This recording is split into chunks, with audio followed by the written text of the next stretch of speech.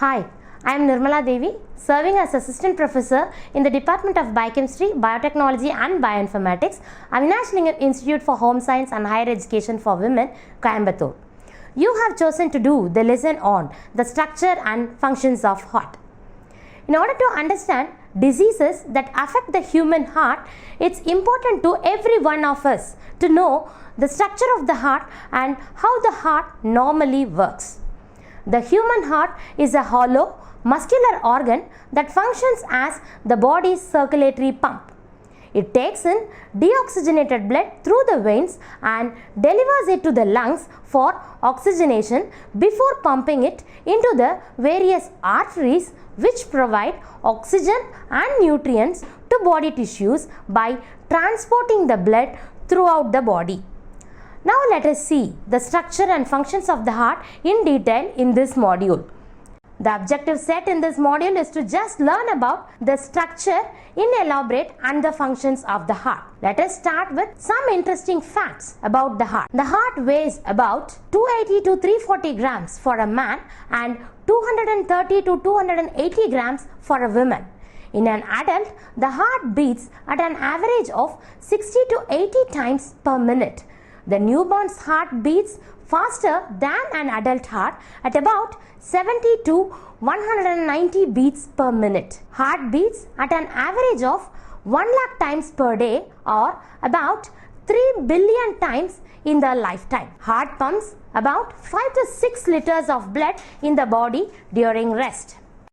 Knowledge of the heart structure and its function will help one to appreciate how this important organ works to pump blood to the whole body. Although it is barely the size of a human fist, the heart is a powerful muscle inside the chest with a cone shape and a pointed end facing the left. The heart is located in the thoracic cavity, medial to the lungs and posterior to the sternum, slightly tilted to the left. It is derived from the mesoderm and has the size of a clenched fist. On its superior end, the base of the heart is attached to the aorta, pulmonary arteries and veins and the vena cava. The inferior tip of the heart, known as the apex, rests just superior to the diaphragm. The base of the heart is located along the body's midline with the apex pointing towards the left side. Because the heart points to the left, about 2/3 of the heart's mass is found on the left side of the body and the other 1/3 is on the right side. There are two types of heart, namely neurogenic and myogenic heart. In neurogenic heart, contractions are initiated by nerve ganglia situated in the vicinity of heart. The heartbeat originates by nervous stimulation, like in the case of cockroach. Myogenic heart has contractions initiated by a special node of modified heart muscles called sinoatrial node. Examples include the hearts of the vertebrates, tunicates and molluscs. If the nerve supply of the vertebrate heart is cut off or even if heart is removed from the body, it continues to beat. Now let us see the structure of the heart in detail. The pericardium is one among the important structures that is present in the heart, which is protected by a double-walled membranous bag called pericardium. This is a fibrous covering that wraps around the heart and holds it in place. The pericardium consists of two layers, an outer parietal pericardium which forms a sac containing the fluid in the pericardial cavity and an inner visceral pericardium attached to the heart directly covering the heart under parietal layer. A space called pericardial activity is present between the two layers, which is filled with a fluid called pericardial fluid. Pericardium is a type of serous membrane that produces serous fluid to lubricate the heart and prevent friction between the ever-beating heart and its surrounding organs. Besides lubrication, the pericardium serves to hold the heart in position and maintain a hollow space for the heart to expand into when it is full. Thus, the pericardium protects the heart from shocks and mechanical injuries.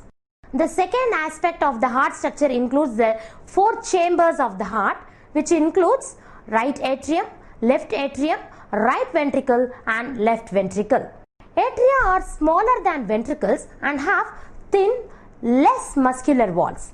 They are the receiving chambers of the blood which is delivered to the heart by the large veins.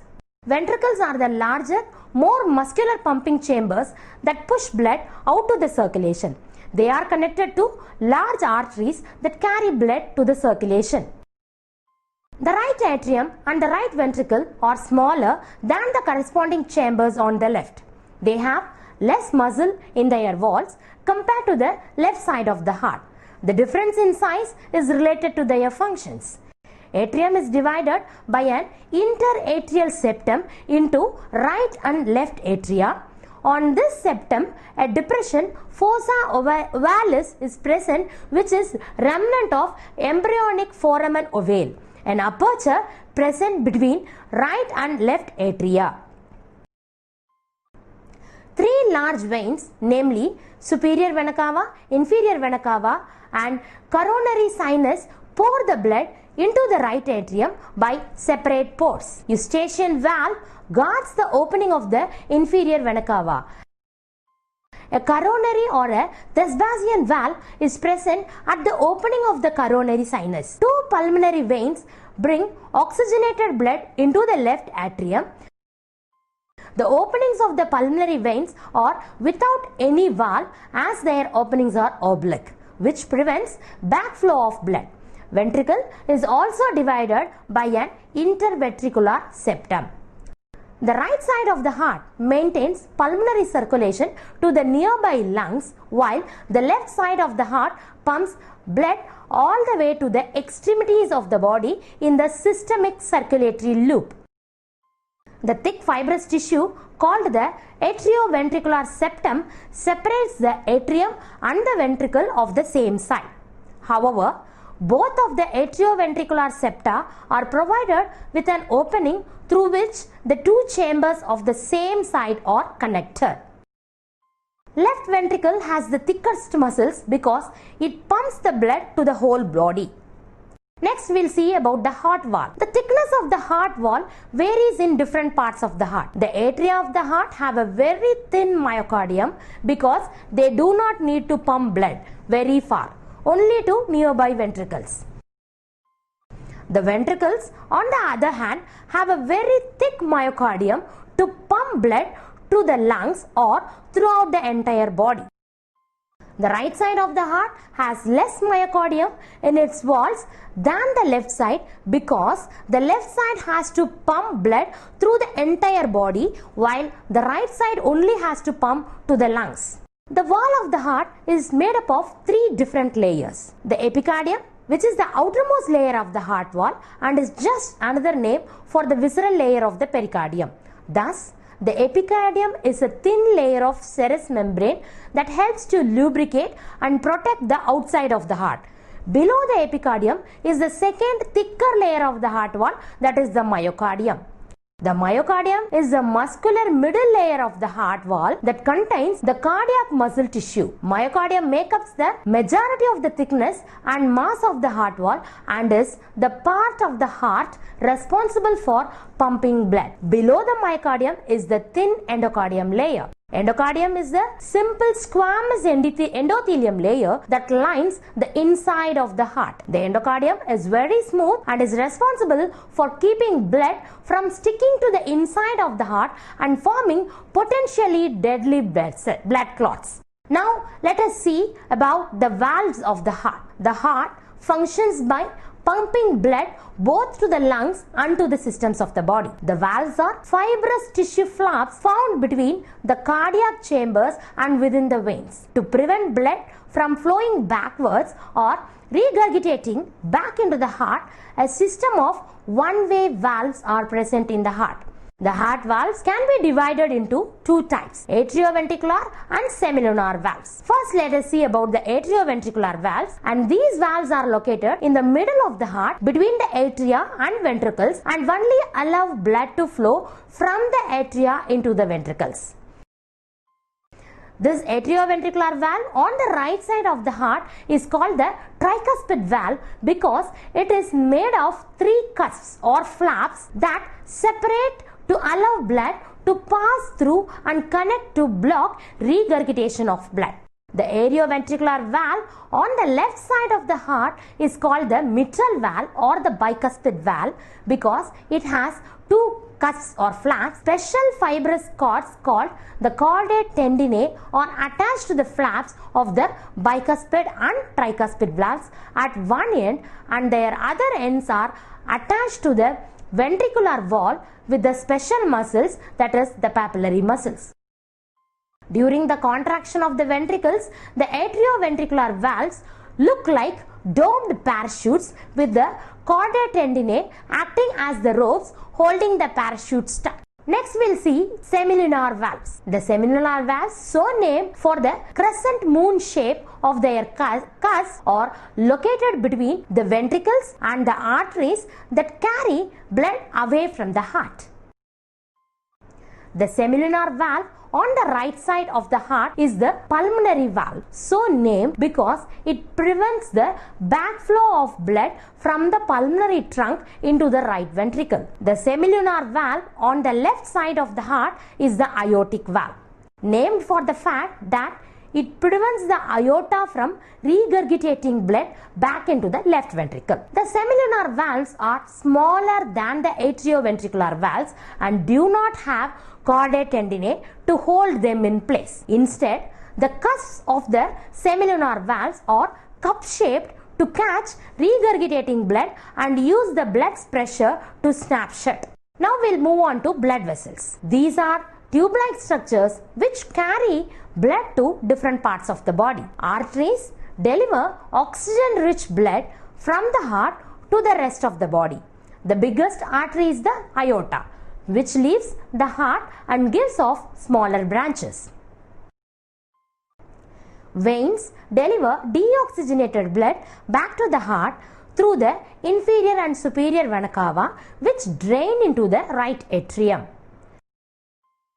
Capillaries are microscopic vessels that connect arteries to veins, and the walls of the arteries and veins consist of three coats or tunics, which include tunica externa, tunica media and tunica interna. The inner layer divided into is elastic membrane, that is, this is made of elastic tissue of yellow fibers with elastin protein, and it is thicker in the case of arteries. Endothelium, which is made up of flattened squamous epithelial cells lining the lumen. These cells are more elongated in artery. Now, we'll see the functions of the human heart. Arterial blood, which is red in color, and oxygen-rich blood flows from the heart to each part of the body to provide oxygen and nutrients. The venous blood, which is blue, and oxygen-poor blood returns from the body to the heart. The blood then travels through the lungs to exchange carbon dioxide for new oxygen. The heart is a pump which moves the blood. The arteries and veins are the pipes through which the blood flows. The lungs provide a place to exchange carbon dioxide for oxygen. Conduction system of the heart. The right atrium receives deoxygenated blood through coronary sinus and two large veins called vena cavae, plural, that is one superior vena cava and one inferior vena cava. The left atrium receives oxygenated blood from the lungs through two pairs of pulmonary veins. The entire heart is made of cardiac muscles. A specialized cardiac musculature called the nodal tissue is also distributed in the heart. A patch of this tissue called the sinoatrial node and another mass of the tissue called the atrioventricular node are present in close to the atrioventricular septum. The heart is able to both set its own rhythm and to conduct the signals necessary to maintain and coordinate this rhythm throughout its structure. About 1% of the cardiac muscle cells in the heart are responsible for forming the conduction system that sets the pace for the rest of the cardiac muscle cells. The conduction system starts with the pacemaker of the heart, a small bundle of cells known as sinoatrial node. The sinoatrial node is located in the wall of the right atrium, inferior to the superior vena cava. The sinoatrial node is responsible for setting the pace of the heart as a whole and directly signals the atria to contract. The signal from the sinoatrial node is picked up by another mass of conductive tissue known as the atrioventricular node. The atrioventricular node is located in the right atrium in the inferior portion of the interatrial septum.